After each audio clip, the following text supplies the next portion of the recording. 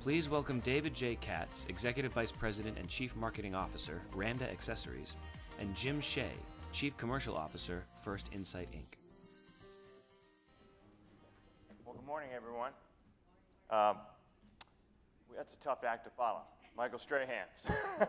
So I'm not sure exactly how we got put on the agenda at this time, but our goal would be over the next 20 minutes to leave you with a couple of takeaways that you can use to improve your business.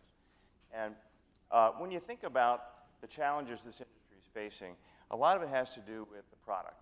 So we're going to talk about product differentiation. How do you create new, exciting, compelling products that consumers want to buy within this sea of sameness? We have a situation here where everything sort of looks the same to the consumer. We all read the same stories, so we know the industry's tough, stores are closing, we have companies going out of business. It seems every other week we read about a retail bankruptcy. Warren Buffett, a couple of weeks ago, divested the majority of his shares in Walmart, and in doing so, he said that he doesn't see how any retailers can compete with Amazon or participate with Amazon. He hasn't found a strategy where that works, and he still owns additional retailers.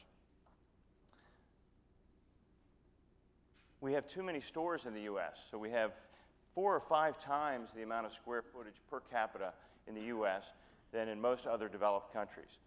We have declining store visits, so you've all read the statistics. We've had every year since 2009 declining number of store visits within the retail industry. And First Insight did a study, it was a couple of months ago, of consumers and what level of discounts would promote them to buy, would cause them to buy.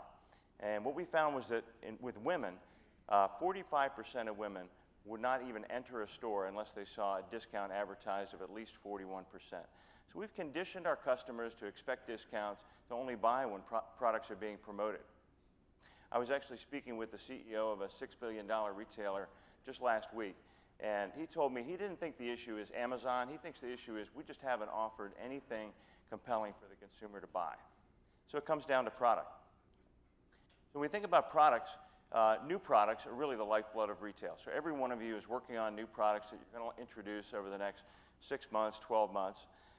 And these new products carry a high degree of risk. So what we have done, First Insight, in case you're not familiar with our company, we work with retailers and brands, wholesalers like Randa and others, and we test new products with their customers before they bring them to market. So we're typically working anywhere from 6 to 12 months pre-season. We're testing CADs, we're testing samples before the retailers make their final buys. So we have about 10 years of data. We've been doing this for about 10 years. We have about 10 years of data on new product success rates before First Insight has been applied. And these failure rates are extraordinarily high. So in the men's category, 63% is what we've seen, and in women's, 68%. So 2/3 of the products out there are failing to achieve the retailer's expectation or the brand's expectation ultimately when they reach the market. And where you see this show up, of course, is in markdowns, products on clearance racks. It's really sort of endemic to this industry today. So what do we do about this? Ultimately, let me ask a question to the audience. How many of you have already made your buys for fall 17, this Christmas season? Okay, most of you have. How about spring 18? Some of you have already made your buys. So you're, at this point, trying to predict what that consumer is going to want a year in advance. Very, very difficult to do, and it's challenging. So David is here with me to talk about his specific role in the industry, Randa's role in the industry. And many of you know Randa because they make products for about 50 different brands, and they're sort of the brand behind the brand. Their business is totally reliant on product, making the right product for the consumer. And they have some unique challenges associated with that. I'll let David tell you about Randa, but let me tell you a little bit about David because some of you know David. He's a very interesting person, but what you may not know is that he originally intended to be a neurobiologist. So he went to college and graduate school with the intent of becoming a neurobiologist because he was fascinated by the study of the human brain and how the human brain reacts to certain stimuli, what responses are created. And if you think about it, that's what we're all trying to do in the retail industry, is create that response to a stimulus that we put out there. That response, of course, is trying to get a consumer to buy a product. So, ladies and gentlemen, David Katz. Thank you, Jim. Appreciate it. So as Jim said, Randa is in the accessories business. You can kind of make that out from our title and our name. We started off in 1910, 107 years ago, with two brothers selling ties that were manufactured in New Jersey from a push cart on the Lower East Side of Manhattan, somewhere over there. And today, Randa is the world's largest men's accessories company. We sell ties and belts and wallets and bags and luggage and slippers and hats and gloves and scarves through virtually all channels of distribution. We have offices in 12 countries. We have 23 offices. We have a development center in Como, Italy. We are the #1 belt vendor to Nordstrom, and we are the #1 belt vendor to Walmart and to virtually all retailers, channels, direct-to-consumer channels as well, in between. And we do that in Mexico and Canada and Australia and the UK and in other countries.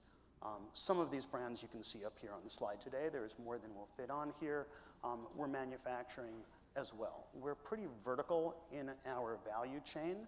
Today, we own the largest belt factory in the world. From concept to consumer, we take these ideas from sketch to scale. So we have factories, but we also create our own packaging and our own fixtures. We have 3,000 in-store coordinators that are W2 employees of ours that go into stores to make sure visual merchandising is done correctly, to pull product out of stock rooms, to speak to and train store associates, and to interact with consumers. So pretty vertical. And that's changed our perspective on the business, because 10 years ago when I joined Randa, our goal was to increase our business and our profitability by increasing assortment and penetration. And almost all of our metrics, almost everything that we studied and everything we looked at was really about how to get more business with our key retail partners, many of whom are here in the room with us today. So we would want to grow from 20% market share to 30, or from 30% market share to 40, to have more ties or more belts or more wallets in the assortment. But today, with our key customers, we're a 70 to 100% market share. So we can't grow and succeed by increasing our market share. What we have to do is get customers, just same challenge most of you in the room have, we have to get our consumers to increase their frequency of purchase, increase the average unit retail that they pay, and put more items into their shopping basket. And to do that, we have to change, in addition to looking at all of our business-to-business KPIs, our metrics, things like inventory turn and sell-through and penetration, we have to add to that the understanding of why consumers behave the way that they do in a changing path to purchase. So behind me, you see a slide that represents consumer insights work that we now undertake, and we update these studies on a regular basis. By regular, monthly, quarterly data is coming in and updating this. And these are kind of infographics that teach our retail partners, brand partners, designers, merchants, and marketing people what the key features that consumers are responding to. And that's a pretty different change. And in 107 years, I will tell you that Randa has gone through a lot of disruption before. We're all talking about a disrupted marketplace. I will tell you, I could totally relate to what Michael Strahan said about tackling, because I feel like, and I'm sure many of you do, that I've been on the receiving end of being tackled on a regular basis every day when I come to work by someone as big as Michael Strahan. It's a tough environment out there. And I said to you that we own the biggest belt factory in the world, which we do. It's in Guatemala. We have about 800 employees. They produce over 10 million belts in that one factory every single year. And they look at disruption differently than we do.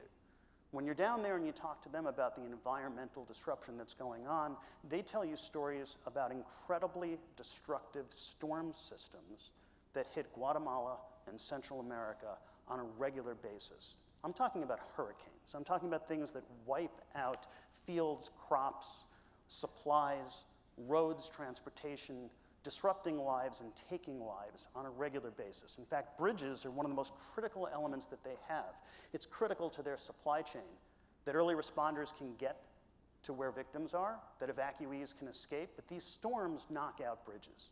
So what Honduras did, the government funded the greatest architects in the world and the greatest engineers in the world and the greatest statisticians and meteorologists to come down and build a bridge that could withstand a 100-year storm.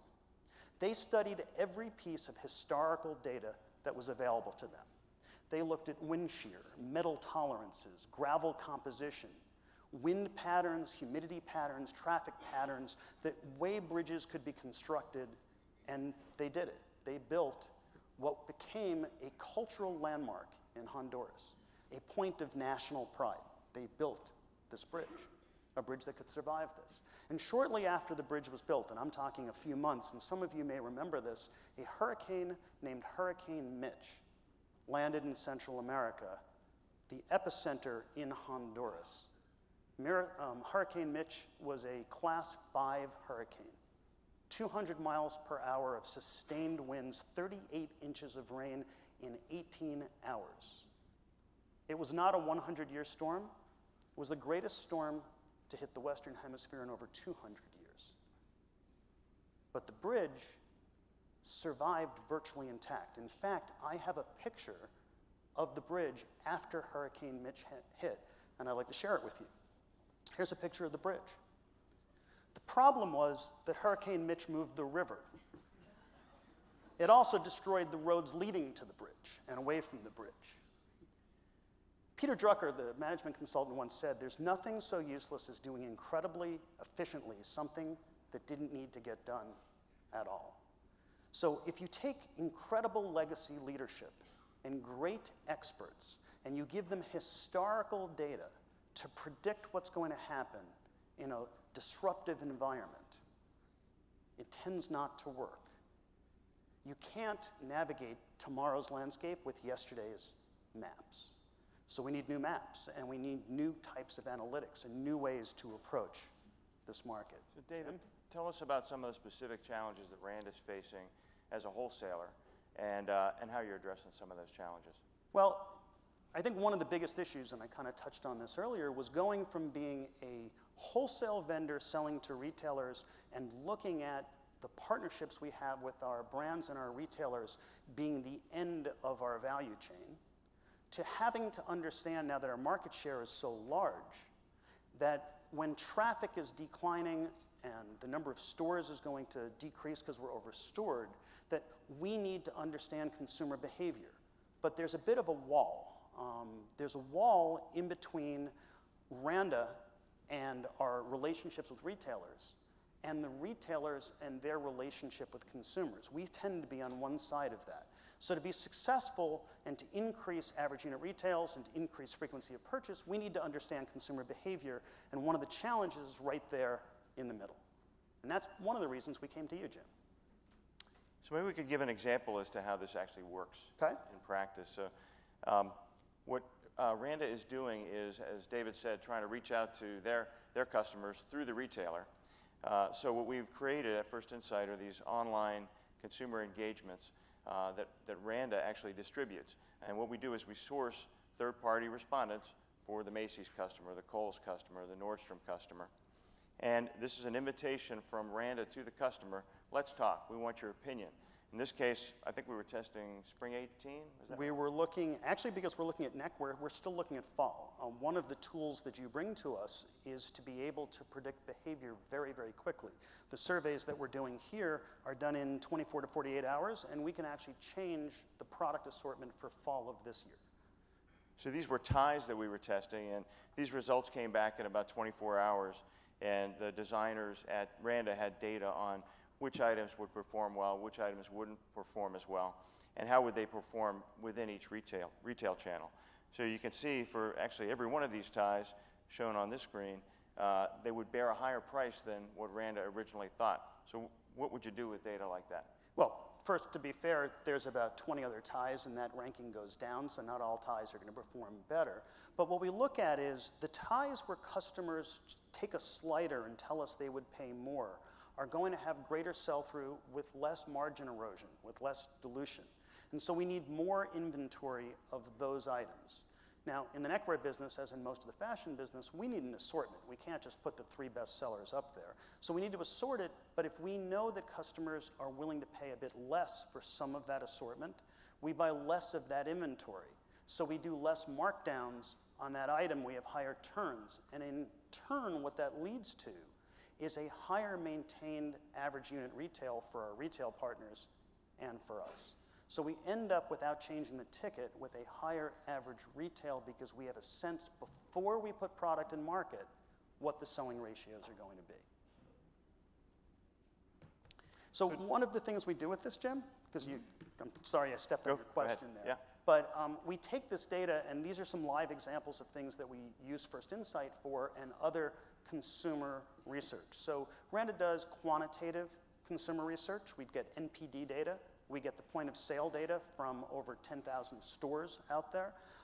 And we do qualitative data. We visit stores with people. We shop with them in their homes. We get qualitative data, and we do surveys in stores.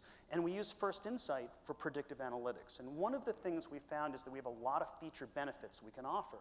Men's industry has been a little slower to adopt performance features that the women's industry adopted first. Athleisure was much earlier and much more powerful in women's before men's. Now, if you're going to create stretch products, comfort products, like we have a patented tie with a panel in the back that actually allows the tie to stretch based on how the collar is. If you're going to do that, what should you call it? Should you call it a performance tie, a stretch tie, a comfort tie? Well, we can go into First Insight's system. We can come up with a bunch of marketing, photography, and examples. We can put this in front of thousands of customers in 24 hours and have them rank what they value the most. And it turned out that the word comfort was really important. So in our tie business, we did comfort as the descriptor for stretch ties. In our belt business, we actually came up with a belt made out of leather, and the leather itself stretches over 2 inches. So it's the most comfortable belt that's unique in its market. It uses the leather that women's shoes and boots have had for a while in a new way that we've put together. And so calling that a comfort belt also gave us a higher selling rate at a higher AUR, less erosion, less dilution. And in the wallet business, interestingly, it turns out that many Americans are afraid of identity theft. And I don't know if you're aware of this, but there may be somebody in the back of the room right now. If you have an RFID scanner, the scanner we use to scan labels in our warehouses and stores, you can actually scan the chips inside credit cards from about 30 feet away. Through a purse, through a wallet, through someone's pants, you can scan and collect their ID and their passwords. But if you put a piece of metal film like a Faraday box inside a wallet, then you can make sure that all the credit cards you put in are fully protected. And this is called RFID Security Shield. So we started playing with this feature, creating elevated products at a higher retail with a higher sell-through, less dilution, better average units. And so those are examples of things we do. And speaking of the fact that Ryan Seacrest is going to be here in a little while, and Ryan's going to talk to you about Ryan Seacrest's distinction, Randa, working very closely with Ryan Seacrest Enterprises, I believe Kelly Mullins-Brown in the back there somewhere, the president of Ryan Seacrest is with us today, and Karen and Durand was there on day 1 from Macy's. We're launching Ryan Seacrest Distinction at Macy's, and what's the go-to proposition? What's the marketing proposition? Well, men, it turns out, are just not very comfortable getting dressed in the morning. They are not very comfortable matching ties and patterns and shirts and pocket squares and socks. And so we found this out using consumer insight data, and we tested this. And what we found is if we could come up with a color match system, Kelly gave us access to Ryan for a while. He actually has stylists that kind of coordinate his wardrobe into groups of colors. So any navy suit works with any of these shirts, with any of these ties, with any of these pocket squares. We took that to market with the Style Made Smart system created by Richard Carroll, who happens to be in the back of the room as well. And Richard saw this pattern, and so we tested this through consumer insights. And what it does is every item of Ryan Seacrest clothing has a little label woven into it. And that label has a code number. And if you have a number 2 suit, which is navy, and you have a number 2 tie and a number 2 pocket square and a number 2 shirt, everything coordinates. Garanimals for so-called grown-ups, right? We actually interviewed people after we launched it. One man who had been shopping at Macy's said to us, "Thank God I can finally shop the Macy's selling floor without bringing my mother with me." Absolutely true story. So we also created labs, belt labs, jewelry labs, neckwear labs, where we invited retailers and brand partners, and we changed the experience at point of sale. We created customized and personalized presentations. We matched belts to men's shoes. And all of these things were tested through consumer insights. In Myer, which is one of the photographs that you see here, in Myer department stores in Australia, we increased the dollars per square foot by nearly 80% by changing the point of sale experience derived from consumer insight research. And I'm sure you all recognize this. This is a molecular diagram of the neurotransmitter dopamine. You probably wondered why Jim brought up my neurobiology background. Dopamine is our friend. We all like dopamine. Dopamine is the pleasure-seeking neurotransmitter. It creates desire. It creates the drive to go buy something and to buy and shop and experience often. And there are three things in the retail and fashion business that drive dopamine: production and absorption. They are discounting, discovery, and delight. We spent a lot of time talking about discounting. The problem with discounting is that if somebody buys a $60 item for $40, it isn't the $40 value that makes the dopamine hit. It's the $20 discount. And it's addictive. Once they start doing that, you need to give them 22, and then 24, and then 25, and you can't stop. It's also a zero-sum game. In a zero-sum game, the more money, the more dopamine you feed to the consumer, the less we have left for the rest of us. It comes out of our pockets. But that's not true of discovery and delight. Discovery is kind of interesting. It's the treasure hunt. Department stores owned the treasure hunt 20, 30, 50, 75 years ago. We heard about going to a shopping mall as an experience. James Starkey talked about that earlier today, right? But today, department stores with their scale and with their metrics can no longer drive discovery of the treasure hunt. They've abdicated that to Zara and H&M, who are faster, and to Ross stores as an off-pricer, constantly changing their assortment. So there are new channels to Costco, who makes it a core competency. We have to get discovery, the treasure hunt, back. And delight is when a customer finds exactly the product they want, in exactly the size and color they want, and they feel totally satisfied by the entire frictionless process of shopping and buying. And for these things, they come back for more. That's our journey. The journey of disruption, to understanding new consumer analytics, to creating products and experiences and presentations that satisfy customers, that stimulate the production of dopamine that makes a customer want to come back for more. Thank you. Again? Do we have time for questions? Or? Do we have time for? Yep, we have time for a couple of questions. I have a question, Dave, for both of you. David, first off, my wallet feels really exposed. If you'd like your credit card ID, I have it. It's not a problem, so I can give it to you. So just to reiterate, you're talking about that the challenge of working with brands and retailers. Really, it's a shift in culture, right? I mean, that's what you're alluding to. So if you could just speak on that, and then Jim, can you explain, and you kind of breeze through it, but it's really important that the consumer wants to pay more, right?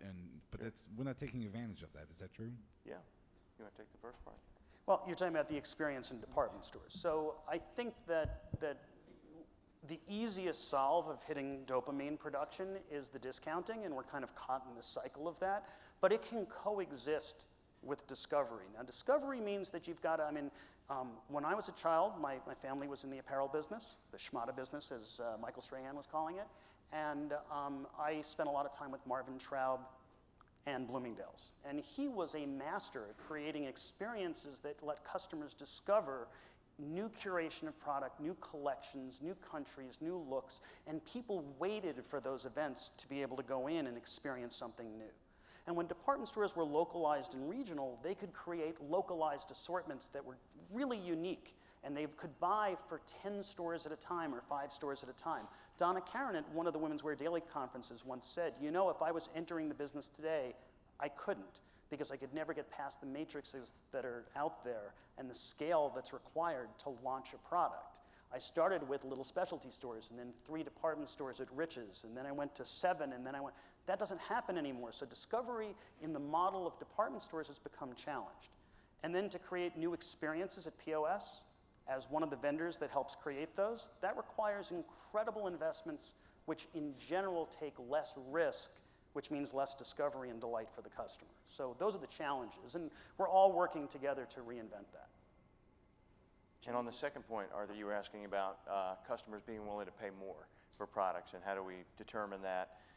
What do we do with that? So what we do is we're testing product pre-season, 6 to 12 months typically before the product's brought to market.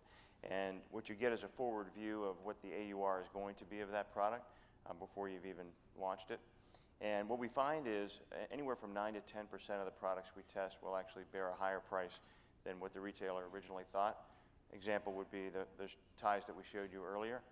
So these are the products that if the retailer didn't have that information, didn't raise the price, they would have just blown through the inventory. And it's very tough to get back into an item during the season.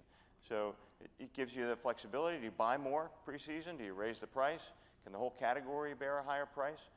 Because you don't want to have one tie sitting out there at 35 and the rest of them at 29. But it arms you with that type of information. Yes? My question is, in your business, are there any categories or segments where this has proven to be more effective than others? Sure. Now we do a broad range of consumer insights, and we're relatively new at it, so we feel like we're getting better at it.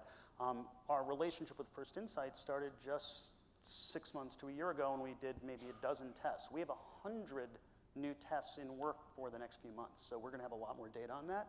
But certainly things like luggage, which are about form factor and color and zipper alignments, tend to have a more positive correlation early on than, let's say, color. Color in a tie is very regional, very specific, very fast, and relatively difficult to get a read on from customers, particularly since I test it today for something that may happen 3 to 6 months later, right? So that's difficult. Pattern, we can do better with. Okay, that gives us better predictive analytics. And packaging and marketing messages, really clear. I mean, you saw on the comfort versus stretch versus performance versus other wording, packaging in terms of the boxes and the collateral, we get really accurate reads on that. Okay.